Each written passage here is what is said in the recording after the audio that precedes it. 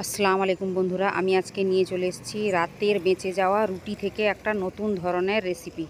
দেখুন রেসিপিটা কি করে করছি। প্রথমে একটা রুটিকে নিয়ে নিয়েছি।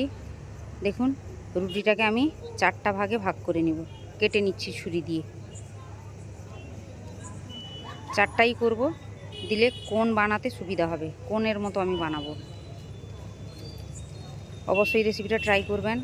প্রত্যেক দিনের বেঁচে যাওয়া, প্রত্যেক বাড়িতে একটা না একটা রুটি বেশি হয়ে যায়, ওইটাকে নষ্ট না করে ফেলে না দিয়ে এই রেসিপিটা বানিয়ে নেবেন স্ন্যাক্সের জন্য। খেতে কিন্তু দারুণ লাগবে। এবার আমার 4টা টুকরো করা হয়ে গেছে। একটা বাটিতে আমি এখানে সেদ্ধ আলু নিয়ে নিয়েছি। সেদ্ধ আলুটাকে নিয়ে গ্রেট করে নিচ্ছি। এরপরে নিয়ে নিচ্ছি আমি গাজরকে গ্রেট করে নিয়েছি। তারপর নিয়ে নিচ্ছি টমেটো কুচি। এরপর নিয়ে নিচ্ছি মশলাতে আছে এখানে কস্তুরি মেথি, লবণ, লঙ্কা গুঁড়ো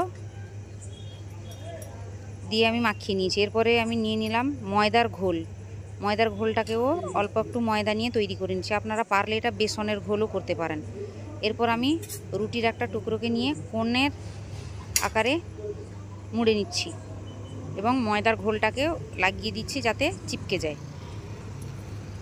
বেসনেও কিন্তু সুন্দর চিপকায়, পারলে বেসনের ঘোল করেও এরকম চিপকাতে পারেন। এরপর আমি যে পুরটা বানিয়েছি ওটাকে আমি ওর মধ্যে ঢুকিয়ে দিচ্ছি। পুরটাকে কিন্তু এভাবে ঢুকিয়ে দিবেন। এরপরে আমি ময়দার ঘোলে কিন্তু উলটপালট করে লাগিয়ে নিচ্ছি মুখে, যাতে মশলাগুলো বেরিয়ে না যায় বাইরে ভাজার সময়। তার জন্য ময়দার ঘোলটাকে লাগিয়ে নিয়েছি। এরপরে আমি একটা প্যানে তেল গরম করতে বসিয়ে দিয়েছিলাম। একটা একটা করে রুটিকে আমি ওতে ছেড়ে দিচ্ছি। সবগুলোতে কিন্তু ময়দার ঘোল লাগিয়ে নিয়েছি। এবারে একটা সাইড হলে আমি উল্টে নিচ্ছি।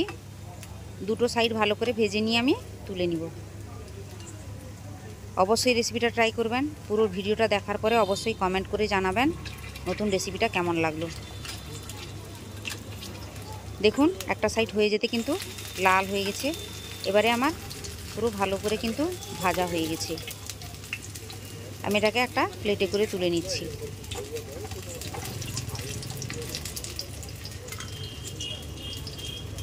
বন্ধুরা আপনারা কিন্তু কমেন্ট করে অবশ্যই জানাবেন। সবাই ভিডিও দেখে নেন কিন্তু কমেন্ট করেন না। এবারে কিন্তু আমার ভাজা রেডি হয়ে গেছে। আমি একটা প্লেটে বের করে নিয়ে এখানে নিয়ে নিচ্ছি টমেটো কেচাপ। তার মুখটাতে কিন্তু টমেটো কেচাপকে লাগিয়ে একটা বাটিতে রেখেছি ঝুরি ভাজাটাকে আমি ঘুরিয়ে সুন্দর করে লাগিয়ে নিব, যাতে পুরোটা ঝুরি ভাজা তার মুখের দিকে লেগে যায়। এবার দেখুন কত সুন্দর, একদম কুলফির মতো দেখতে খুব সুন্দর লাগছে। রেসিপিটা ভালো লাগলে লাইক করুন, কমেন্ট করুন, শেয়ার করুন, সাবস্ক্রাইব অবশ্যই করবেন।